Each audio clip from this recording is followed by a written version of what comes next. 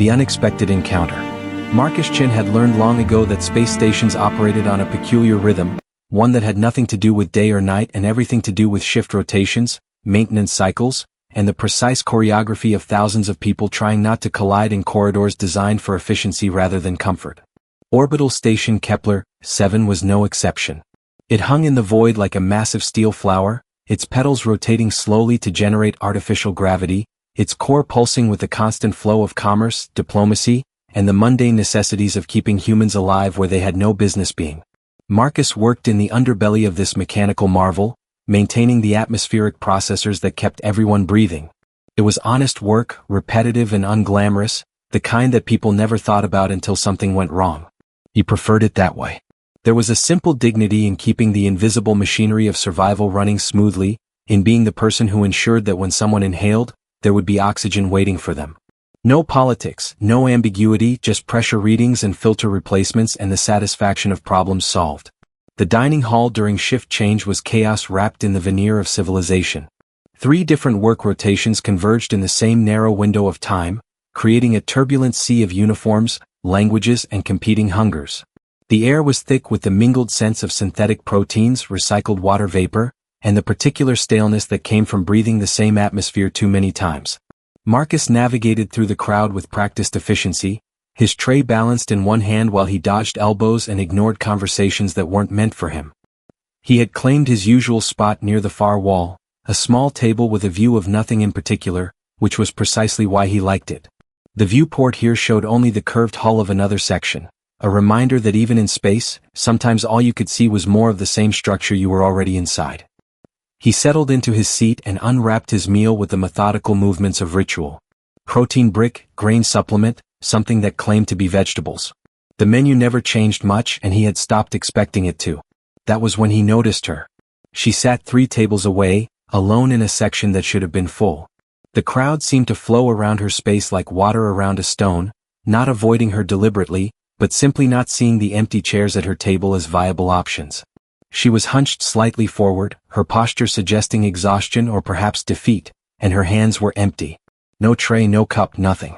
Just a woman sitting in a dining hall surrounded by food and utterly separate from it. Marcus watched her for a moment, trying to determine what it was about her that had caught his attention. She appeared human at first glance, with dark hair pulled back in a simple style and clothing that was nondescript enough to belong to any number of civilian contractors or visiting researchers.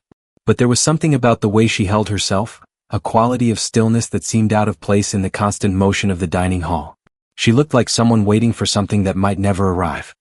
He glanced down at his own meal, then back at her. The protein brick suddenly seemed excessive. The grain supplement felt like abundance he didn't need. Marcus had grown up in the lower districts of Earth, in neighborhoods where hunger was a familiar visitor, and some lessons never quite left you. One of those lessons was recognizing the particular kind of aloneness that came with having no options. Before he could talk himself out of it, Marcus stood and walked toward her table. The crowd seemed to resist him in small ways, people stepping into his path without seeing him, conversations expanding to block his passage. He persisted with the stubborn patience of someone accustomed to working against resistance. When he finally reached her table, she looked up and he saw her eyes clearly for the first time. They were dark, almost black, but with a depth that suggested they went much further back than eyes should go. There was something ancient in that gaze, something that made Marcus feel suddenly very young and very temporary. He almost turned away, almost convinced himself he had made a mistake. But she was looking at him now, waiting with a patience that felt older than the station itself. "Excuse me," Marcus said, his voice rougher than he intended. "I noticed you don't have any food. Would you like this? I haven't touched it yet." He placed his tray on the table in front of her, the gesture feeling both inadequate and enormous at the same time. She stared at the tray for a long moment, her expression unreadable. Then she looked back up at him with something that might have been surprise or might have been recognition. "You would give this to me?" she asked. Her voice was soft but carried clearly despite the noise around them. There was an accent there, but Marcus couldn't place it. It didn't sound like any region he knew, more like someone who had learned human speech from recordings and perfected it without quite understanding the casual imperfections that made it natural. "I already ate earlier," Marcus lied smoothly. "Grab something during my break. This is just extra." It was a transparent falsehood and they both knew it. His shift had run long because of a pressure leak in Sector 9, and he had skipped his earlier break entirely. His stomach had been reminding him of this fact for the past 2 hours. But the lie felt necessary, a way to preserve her dignity and his own comfort with what he was doing. She studied him with those impossible eyes, and Marcus had the unsettling sensation of being read like a maintenance manual, every page examined and understood. Then, slowly, she reached out and touched the edge of the tray with one finger. The gesture was tentative, almost ceremonial. "Why?" she asked simply. Marcus shrugged, suddenly aware of how many people were not watching them, how the crowd continued to flow around their small interaction as if it were happening in a separate dimension. "Because you look like you could use it. Because I can get another one. Because it's just food." "Just food," she repeated, as if testing the concept for structural integrity. "Nothing is just anything. Every action carries weight. Every choice creates ripples that extend beyond visibility." It was a strange thing to say about a protein brick, but Marcus found himself nodding. "Maybe. But sometimes people think too much about the weight of things and forget to just do what feels right." A smile touched her lips then, brief and genuine, transforming her face completely. For a moment, she looked younger, less burdened by whatever invisible load she carried. "You are correct. Sometimes the simplest answer is the truest one." She pulled the tray closer and began to eat with careful, measured movements. Marcus stood there awkwardly, unsure whether he should leave or stay, whether his role in this small drama had concluded or was just beginning. She solved his dilemma by gesturing to the empty chair across from her. "Please. Sit with me while I eat your generosity." Marcus sat, feeling the hard metal of the chair through his uniform. Around them, the dining hall continued its chaotic ballet, but their table felt insulated, as if someone had drawn a circle around them in chalk that the rest of the world had agreed to respect. "I'm Marcus," he offered. "Atmospheric maintenance, 3rd shift."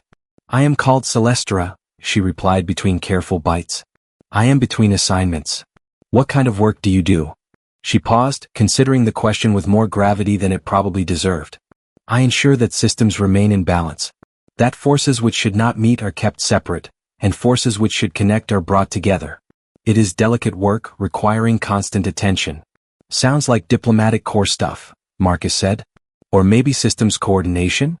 "Something like that," Celestra agreed, though her tone suggested the comparison was inadequate in ways Marcus couldn't quite grasp. They sat in comfortable silence while she ate.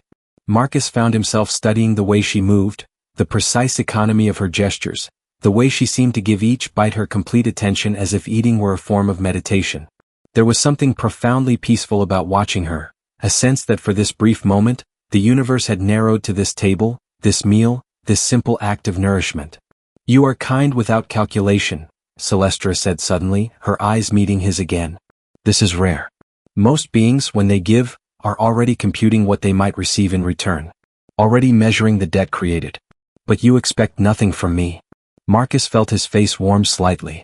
"I mean, a thank you is nice, but I'm not keeping score or anything." "Yes," she said softly. "That is precisely what makes it meaningful." The lights in the dining hall flickered then, just for a fraction of a second. So brief that most people didn't notice, continuing their conversations without pause. But Marcus noticed, and so did Celestra. Her head tilted slightly, as if listening to something only she could hear. The temperature seemed to shift, though the environmental controls should have prevented any such fluctuation. "Something's wrong with the power grid," Marcus muttered, his professional instincts engaging automatically. "That shouldn't happen.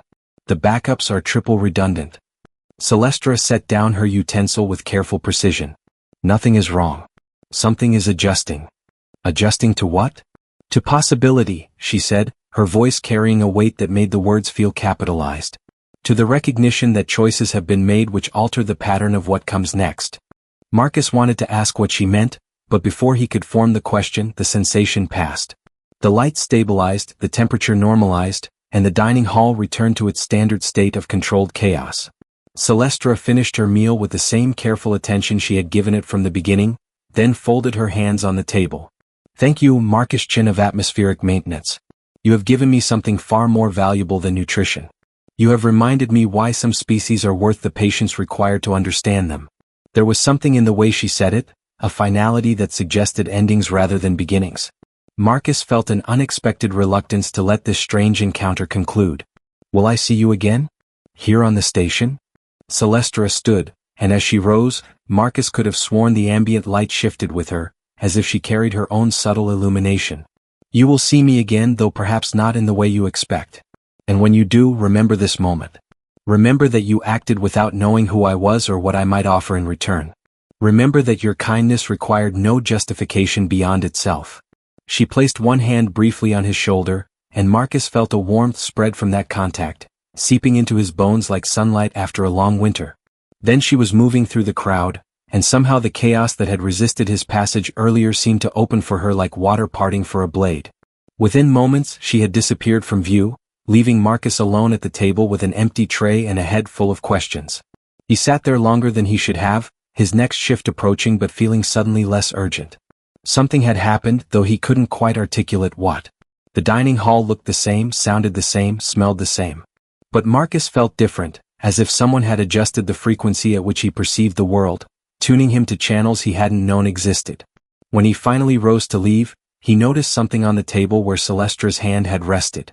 A small mark, barely visible, that glowed with a faint luminescence before fading completely. Not burned into the metal, not drawn with any substance he could identify. Just a temporary signature, a mark left by contact, like frost on glass that disappears when breathed upon. Marcus touched the spot with his own hand, feeling nothing but cold metal. Whatever had been there was gone now, leaving only the memory of something impossible witnessed in the most mundane of settings. He collected the empty tray and made his way back into the flow of the station's endless circulation, but part of his mind remained at that table, replaying the conversation, trying to understand what exactly had just occurred. His shift in the atmospheric processors passed in a distracted haze. The usual tasks felt different somehow, as if his hands belonged to someone else performing actions he no longer fully understood. Twice he caught himself staring at the pressure gauges without seeing them, his mind elsewhere, walking through memories of dark eyes and careful words and the feeling of being truly seen by someone who had no reason to look closely. When his shift finally ended, Marcus returned to his quarters, a small efficiency unit in the residential ring that he had decorated with the bare minimum required to call it home. One room, one bed, one viewport looking out at the star field that never changed. He had lived here for 3 years and still felt like a temporary guest in someone else's space. He lay on his bed without removing his uniform, staring at the ceiling panels and their subtle geometric patterns. Sleep felt impossible, his mind too active, replaying the encounter in the dining hall over and over, finding new details in each repetition. The way Celestra had touched the tray. The precise angle of her head when the lights flickered. The warmth of her hand on his shoulder, lingering like a promise or a warning. Marcus closed his eyes and tried to summon the discipline of exhaustion, but instead of darkness, he found something else waiting. Images flooded his consciousness, vivid and strange, unlike any dream he had experienced before. He saw vast networks of light stretching between stars, pathways that pulsed with purpose and intention. He saw worlds spinning in careful coordination, their orbits maintained by forces that were neither gravity nor chance but something more deliberate, more conscious. And at the center of these visions he saw her. Celestra, but transformed or perhaps revealed. She stood among the stars themselves, not as a visitor but as something integral, her presence woven into the fabric of space as fundamentally as mass and energy. Her hands moved in gestures that shaped trajectories, that guided cosmic events with the casual precision of a conductor leading an orchestra. She was beautiful and terrible, ancient and eternal, and she was looking directly at him through dimensions that should not have permitted such contact. You see now, her voice whispered through the vision coming from everywhere and nowhere. You see what you have touched with your simple kindness. You see why every action matters, why nothing is ever just what it appears to be. Marcus wanted to respond, to ask the 1,000 questions that crowded his mind, but the vision was already fading, dissolving like morning mist under scrutiny. He opened his eyes to find himself still in his quarters, still lying on his bed, but changed in ways that went deeper than physical alteration. He felt marked somehow, selected for something he couldn't yet comprehend. The station's systems chimed softly, announcing the beginning of a new cycle, but Marcus barely heard it. He stared at his hands in the dim light, these ordinary instruments that had offered a meal without thought of consequence, and wondered what exactly he had set in motion. What patterns had shifted because he had been kind to a stranger? What futures had been altered by a simple act in a crowded dining hall? He didn't have answers, only the growing certainty that his life had just become far more complicated than atmospheric maintenance and shift rotations. Somewhere in the vast machinery of the station, in the endless calculations that kept thousands alive in the void, a new variable had been introduced. And Marcus Chin, who had only wanted to help someone who looked hungry, was that variable. The stars beyond his viewport seemed brighter than usual, or perhaps he was simply seeing them differently now, aware of the invisible connections that bound them together, the patterns that gave their scattered light meaning and purpose. He thought of Celestra wherever she was, whatever she truly was, and felt the weight of her final words settling over him like a mantle he hadn't asked to wear but couldn't refuse. Remember that you acted without knowing who I was or what I might offer in return. He would remember. How could he possibly forget? The cosmic awakening. The morning cycle arrived with its usual artificial precision, lights gradually brightening to simulate a dawn that had no business existing in the perpetual night of space. Marcus woke feeling as though he hadn't slept at all, his body heavy with exhaustion but his mind sharp and restless, still processing the visions that had filled his night. He showered and dressed with mechanical efficiency, trying to anchor himself in routine, in the familiar rhythms that had defined his existence before a stranger sat down across from him and changed everything. The corridor outside his quarters felt different as he made his way toward the maintenance section. The walls seemed to hum with a frequency just below his conscious hearing, and the other residents he passed appeared somehow less solid, as if they existed on a different plane of reality than he now occupied. Marcus told himself it was lack of sleep, the residue of strange dreams, but he knew better. Something fundamental had shifted, and the station itself seemed to be acknowledging that shift in ways both subtle and undeniable.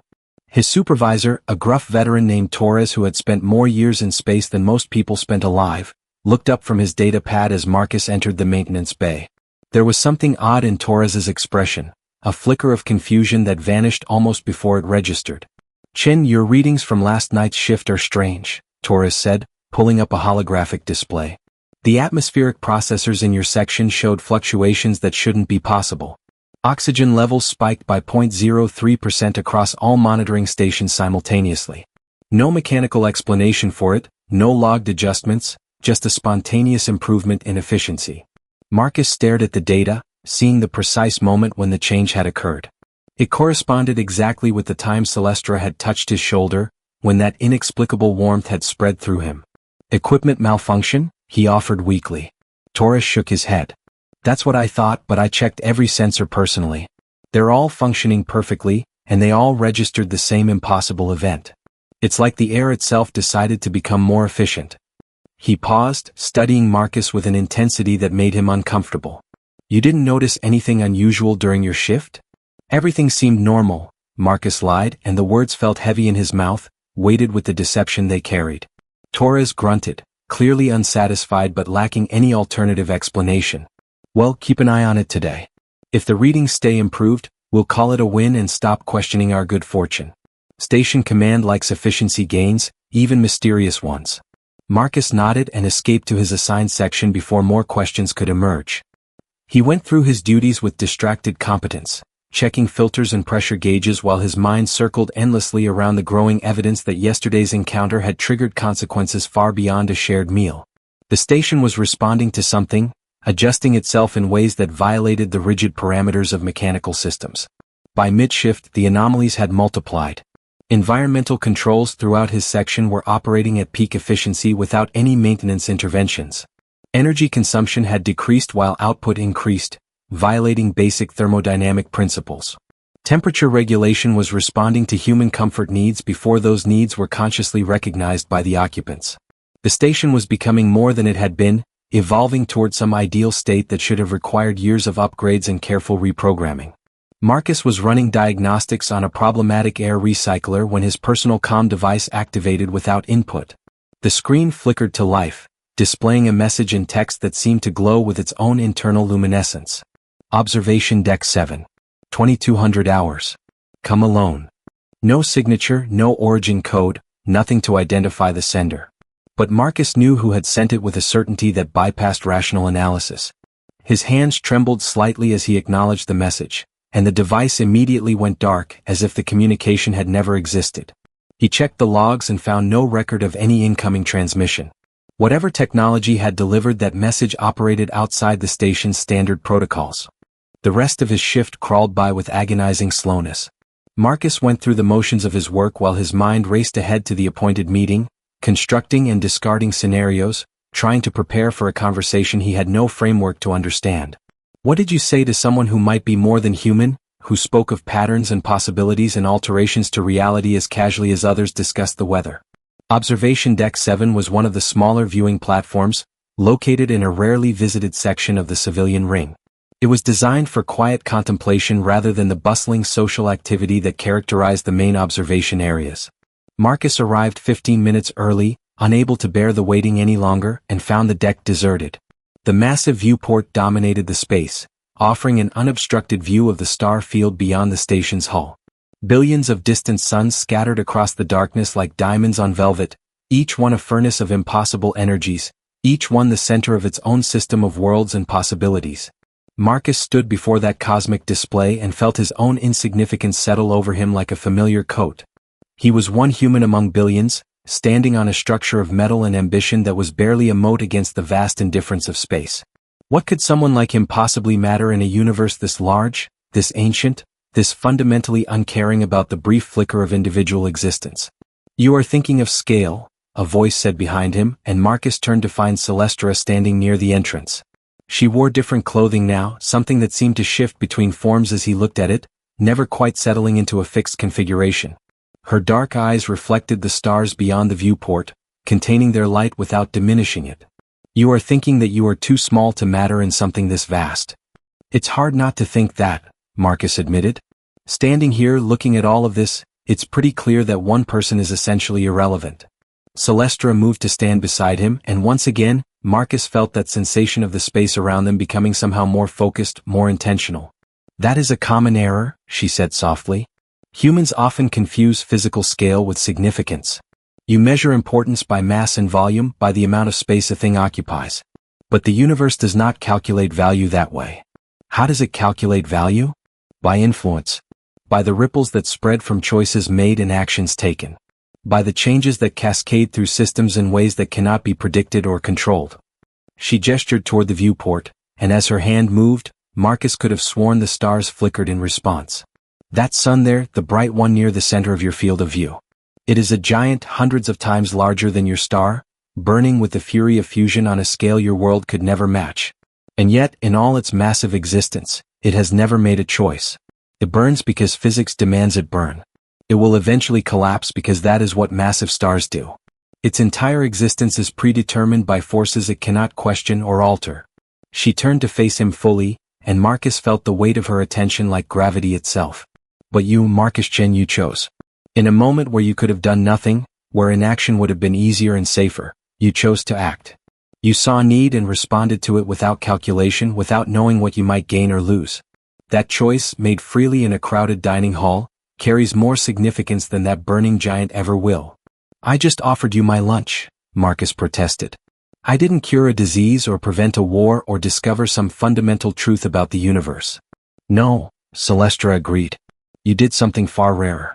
You demonstrated unconditional compassion to a stranger who had no claim on your resources or attention.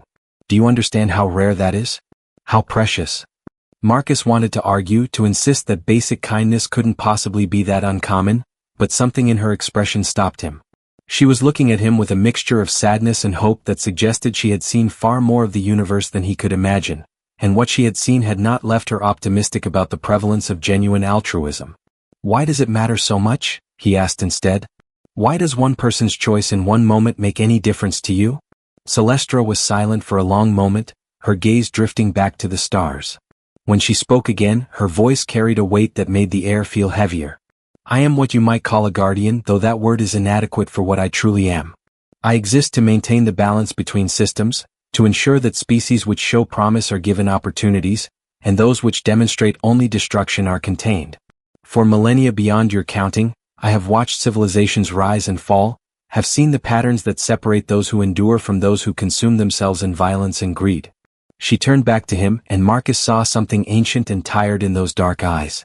"Humanity has been under observation for a very long time. Your species shows remarkable potential, remarkable creativity and resilience. But you also demonstrate a capacity for cruelty and selfishness that has concerned those who make decisions about which species receive support and which are left to their own devices. There has been much debate among the Guardians about whether humanity deserves inclusion in the greater community of conscious species." Marcus felt his heart hammering against his ribs. You're saying we've been on trial? That someone's been judging us. Not judging, Celestra corrected gently. Evaluating. There is a difference. Judgment implies condemnation, a search for reasons to exclude. Evaluation is neutral, a sincere attempt to understand what a species truly values, what it reaches for when no one is watching, when there is no reward for virtue and no punishment for cruelty. And yesterday when I gave you my meal, that was some kind of test? Yes and no. Celestra smiled slightly at his confusion.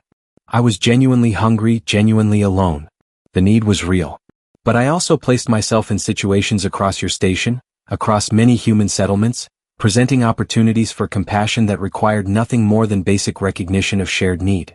Most people walked past.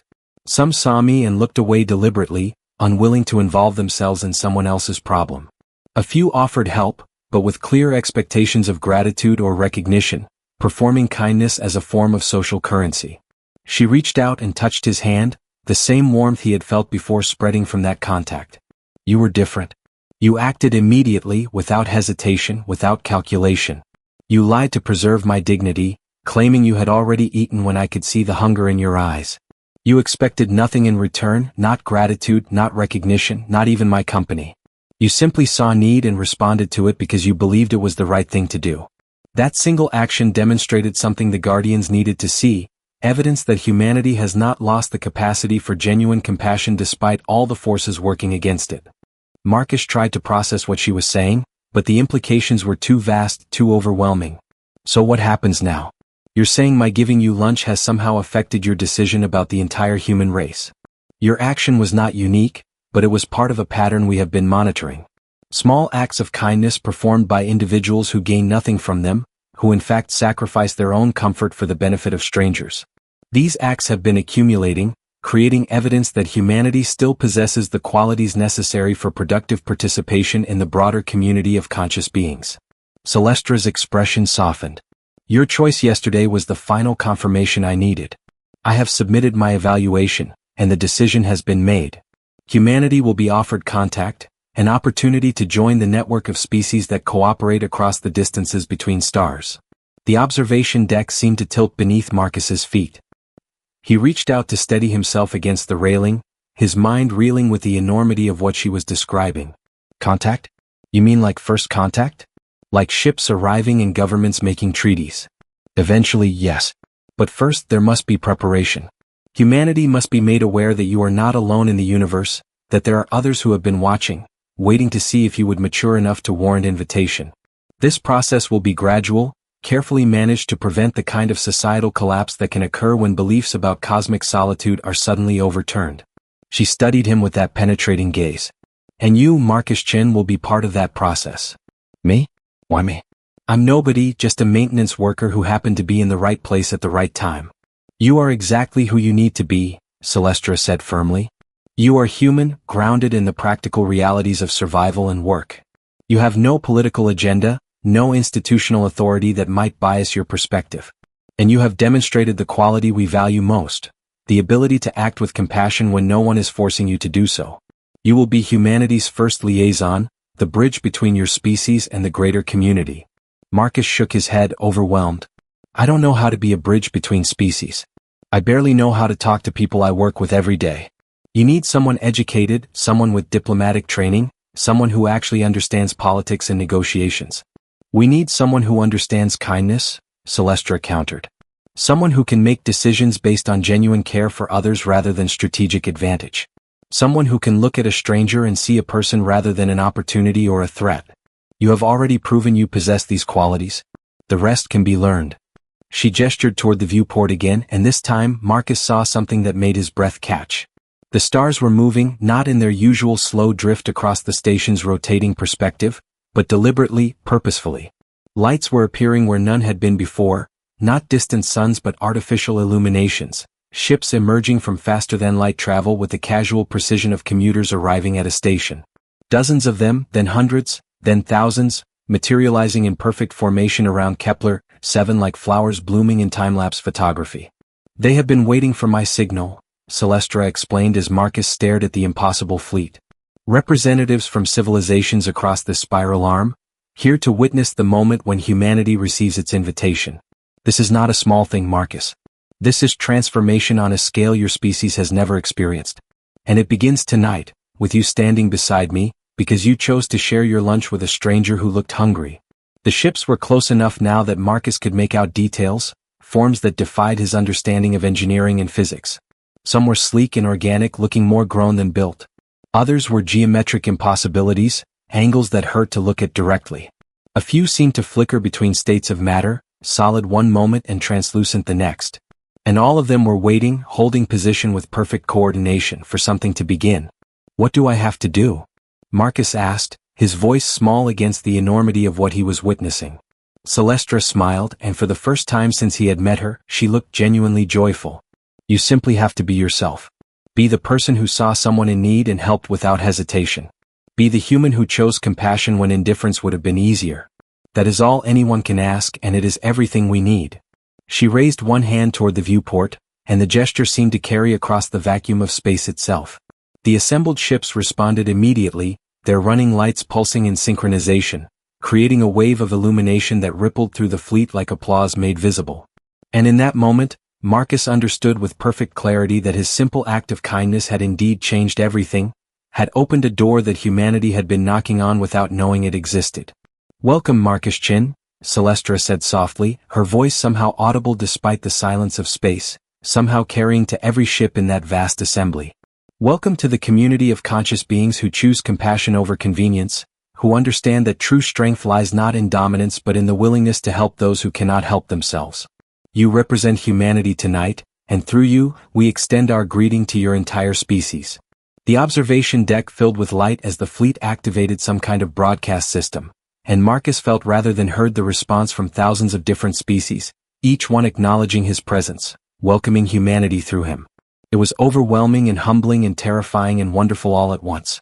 He thought about his small quarters, his routine maintenance work, his quiet life that had asked so little of him and offered even less in return. He thought about how close he had come to walking past Celestra in that dining hall, to deciding that her hunger was not his problem, that he had his own concerns to worry about. And he thought about how one choice, one simple decision to be kind when kindness was neither required nor expected, had brought him to this moment, standing at the threshold of human history's greatest transformation.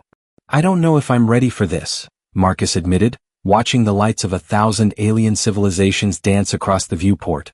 Celestra placed her hand on his shoulder again, that same comforting warmth spreading through him.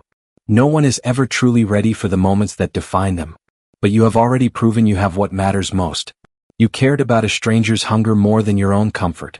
That same instinct will guide you through what comes next.